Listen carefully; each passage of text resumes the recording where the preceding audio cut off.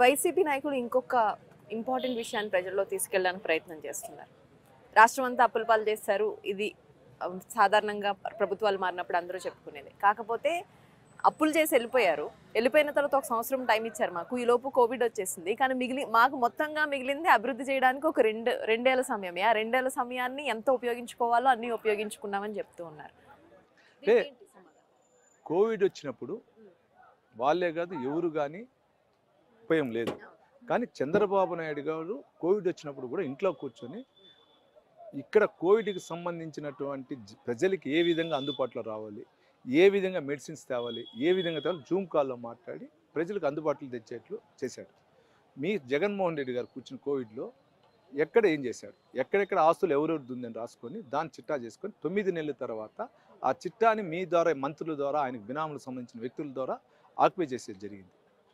ఇప్పుడే ఇక్కడ ఉన్నటువంటి స్థానిక ఎమ్మెల్యే భాస్కర్ రెడ్డి కోవిడ్ టైంలో ఆయన ఇచ్చానంటా ఉన్నాడు. ఎవరికి ఇచ్చాడు?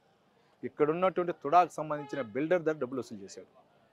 ఆ డబ్బులు కోవిడ్కి ఇచ్చానన్నాడు. అంటే 100 రూపాయలు వసూలు చేసి 10 రూపాయలు ఇచ్చాడు.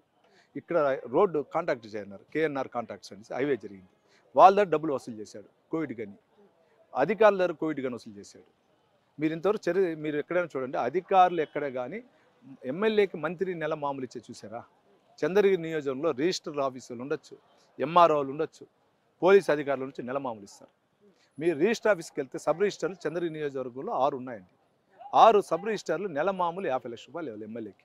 అంటే ఎమ్మెల్యేకి వాళ్ళు 6 నెలలకి 50 లక్షలు ఇవ్వాలంటే ప్రజల దగ్గర రిజిస్ట్రేషన్ ఎంత డబ్బులు వసూలు చేయాలి? అది లేదని చెప్పండి, కాణిపాకంలో ప్రమాణం చేయమని.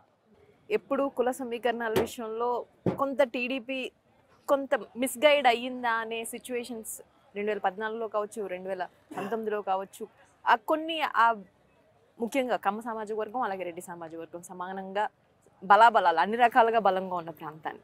సో ఇక్కడ ఏమన్నా టీడీపీ సరైన వ్యూహంతో ముందుకు వెళ్ళట్లేదు అనిపిస్తుందా? కానీ 2019 నేను వచ్చిన తర్వాత భాస్కర్ రెడ్డి ఏం చేసేవాడంటే ఏ రోజుకి ఆ రోజు కులాన్ని రెచ్చగొట్టేవాడు. ఎక్కడో చిన్న సాక్షి పేపర్ పెట్టుకొని ఎక్కడో ఒక ఎస్సీ సోదరు గలాట జరిగితే నాని మనుషులు అని చెప్పి నాకు సంబంధం ఉండదు. ఎక్కడో బీసీ సోదరుడు నాని మనుషులు అనేవాడు, అది మనకు సంబంధం ఉండదు. ఆ విలేజ్లో పాలిటిక్స్ ఈ విధంగా చేస్తూ కులాల మధ్య చిచ్చు పెట్టాడు. అంటే రెడ్డి సోదరులకి కమ్మ సోదరులకి, కమ్మ సామాజిక వర్గానికి బీసీ సామాజిక వర్గం ఇట్లా రెచ్చగొట్టాడు. ఆ టైంలో ఒక చిన్న ప్రాబ్లమ్స్ వల్ల కొన్ని ఇష్యూలు జరిగింది. దాన్ని ఆయన ఎక్కువ ఫోకస్ చేసుకోగలిగినాడు. ఆ చేసుకున్న దానివల్ల రాష్ట్రంలో ఒకసారి జగన్మోహన్ రెడ్డిని చూడాలని దాన్ని ఒకటి, ప్లస్ మీకు చెప్పాను కదా ఇప్పుడు సుమారు 15,000 దొంగ ఓట్లు దీనివల్ల జరిగింది. వీటన్నిటిని లేకుండా ఈరోజు నేను దెబ్బలు తినేదానికి కూడా వెళ్తున్నా. నా భార్య రెడ్డి, నా కోడలు రెడ్డి, నాకు మా భార్య తరఫున బంధువులు ఉన్నారు, నా కోడల తరఫున బంధువులు ఉన్నారు. అది మీకు ఎప్పుడు డిసడ్వాంటేజ్ అవుతుందా అని అనిపిస్తుంది? ఒక్కసారి జగన్మోహన్ రెడ్డి గారిని చూడాలనుకున్నప్పుడు రెడ్డి కమ్మాన్ని చూడకుండా ఫ్యాన్ అనేది చూశారు, కులం చూడాల. ఆ రోజు ఫ్యాన్ చూశారు.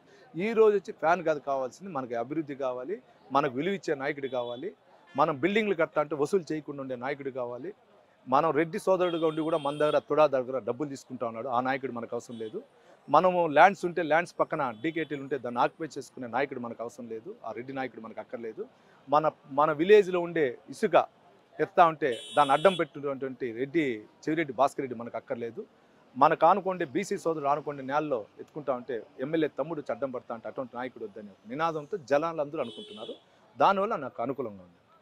కులాలు ఈసారి లేదు. చంద్రగిరి నియోజకవర్గంలో అభివృద్ధి, రౌడీజం ఉండకూడదు, నిరంతరం అందుబాటులో ఉండాలనే ఒక వ్యక్తినే చూస్తున్నాను.